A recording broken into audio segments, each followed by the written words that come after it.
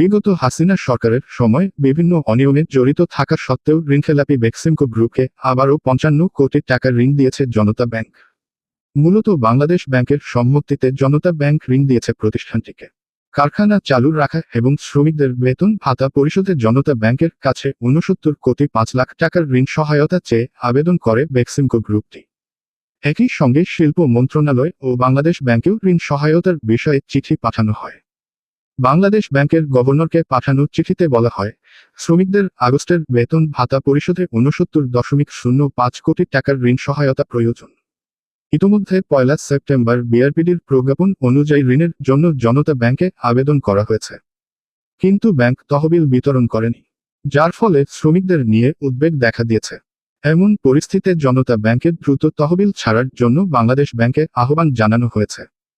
এমন পরিস্থিতিতে বাংলাদেশ ব্যাংকের গভর্নর আহসান এইচ মনসুর জনতা ব্যাংকের এমডি মোহাম্মদ আব্দুল জব্বার ও বেক্সিমকো গ্রুপের একজন প্রতিনিধির সঙ্গে বৈঠক করেন।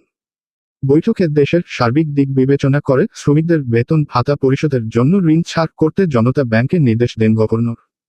তার নির্দেশনার পরিপ্রেক্ষিতে জনতা ব্যাংকের এমডিকে বেক্সিমকো লিমিটেডের ঋণ আবেদনের বিষয়টি দ্রুত নিষ্পত্তি করতে চিঠি দেয় বাংলাদেশ ব্যাংক। এর প্রেক্ষিতেই জনতা ব্যাংক গ্রুপটির অনুকূলে ইতোমধ্যে ৫৫ কোটি টাকার ঋণ ছাড় করেছে।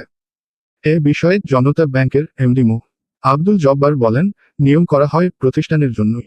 বর্তমান রাজনৈতিক পট পরিবর্তনের পর নিয়ম মানতে গেলে অরাজকতার সৃষ্টি হবে।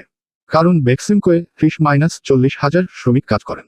তাদের বেতন ভাতা পরিশোধ করতে না পারলে গার্মেন্টস খাতে অস্থিরতা ছড়িয়ে পড়বে।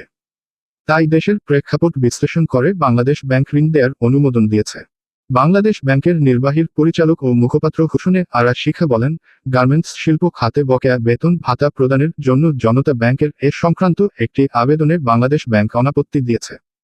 যদিও ব্যাংক কোম্পানি আইনের ব্যত্যয় ঘটে এমন বিষয়ে অনাপত্তি না দেওয়ার বিষয়ে মতামত দেন বিশেষজ্ঞরা। জনতা ব্যাংকের তথ্য অনুযায়ী জুন শেষে জনতা ব্যাংক থেকে বেক্সিমকো গ্রুপের নেয়া মোট ঋণের পরিমাণ দাঁড়িয়েছে ২৫,০০০ কোটি টাকা, যা ব্যাংকটির পরিশোধিত মূলধনের প্রায় ৯৫০%। নিয়ম অনুযায়ী একজন বা একক ঋণগ্রহীতাকে ব্যাংকগুলো তাদের পরিশোধিত মূলধনের ২৫% বেশি ঋণ দিতে পারবে না। সেখানে জুন শেষে জনতার পরিশোধিত মূলধন দাঁড়িয়েছে ২,৩১৪ কোটি টাকা। অথচ নথিতে দেখা যায়, জনতা থেকে নেয়া বেক্সিমকোর ঋণের ৭২%ই খেলাপিতে পরিণত হয়েছে।